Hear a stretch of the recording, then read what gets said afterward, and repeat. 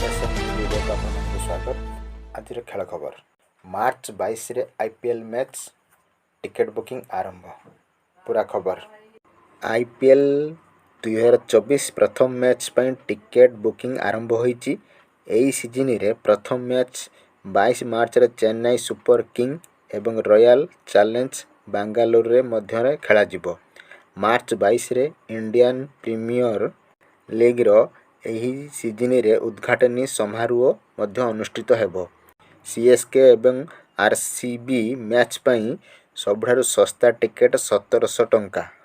CSK एवं RCB match पई ticket आपण ऑनलाइन ले किनि परिबे। एथि पई आपण पेटीएम इनसाइड परिवर्तन करि पारंती, किंतु बुक पई 100 करि पारिबे।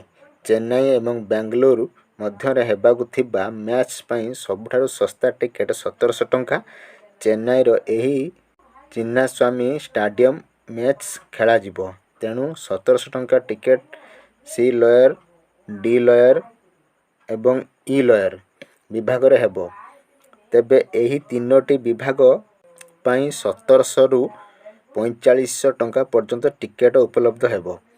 केउ टिकेट पाइबे ताहा मूल्य उपरे निर्भर करिवो।